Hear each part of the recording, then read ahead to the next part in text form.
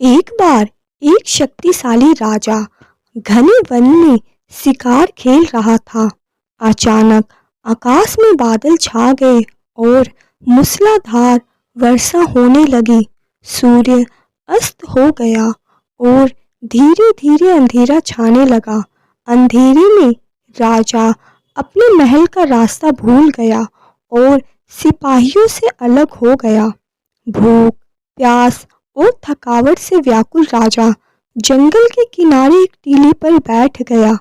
थोड़ी देर बाद उसने वहां 3 बालकों को देखा। तीनों बालक अच्छे मित्र थे। वे गांव की ओर जा रहे थे। सुनो बच्चों, जरा यहाँ आओ, राजा ने उन्हें बुलाया। बालक जब वहां पहुंचे तो राजा ने उनसे पूछा, क्या कहीं से थोड़ा भोजन और जल मिलेगा?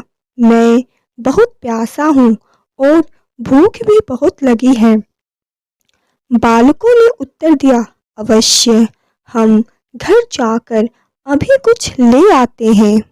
वे गांव की ओर भागे और तुरंत जल और भोजन ले आए। राजा बच्चों के उत्साह और प्रेम को देखकर बहुत प्रसन्न हुआ। राजा बोला, प्यारे बच्चों, तुम लोग जीवन में क्या करना चाहते हो?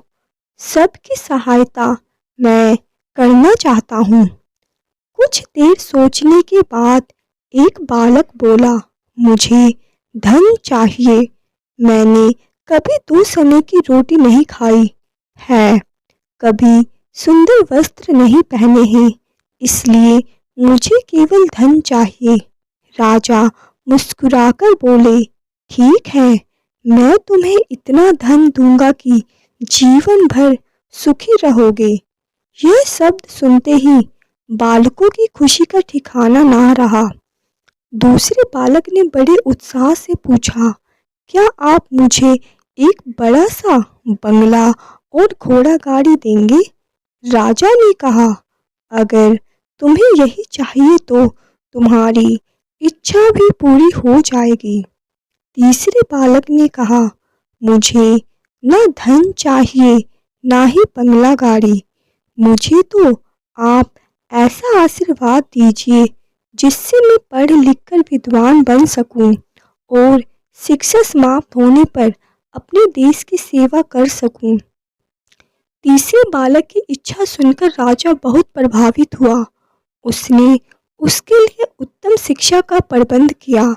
वह परिश्रमी बालक था, इसलिए दिन रात करके उसने पढ़ाई की और बहुत बड़ा विद्वान बन गया और समय आने पर राजा ने उसे अपने राज्य में मंत्री पद पर नियुक्त कर लिया। एक दिन अचानक राजा को वर्षों पहले घटी उस घटना की याद आई।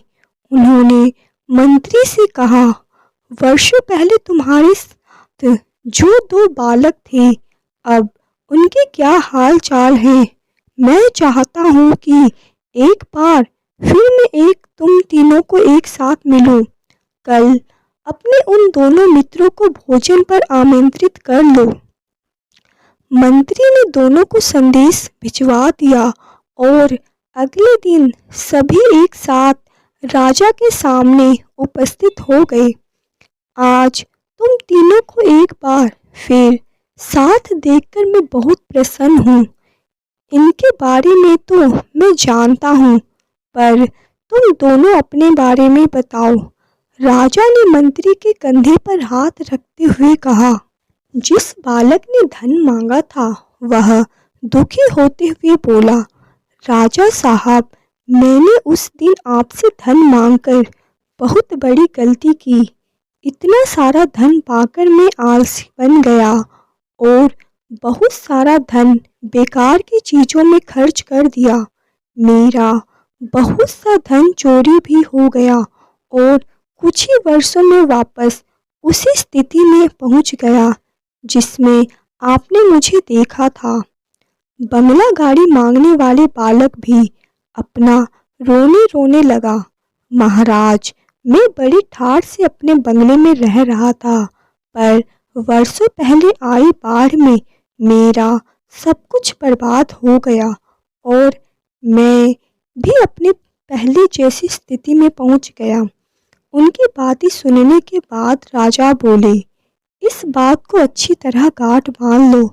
धन संपत्ति सदा हमारे पास नहीं रहती, पर ज्ञान जीवन भर मनुष्य के काम आता है और उसे कोई भी नहीं चुरा सकता। शिक्षा ही मानव को विद्वान और बड़ा आदमी बनाता है। इसलिए सबसे बड़ा कीमती धन विद्या है।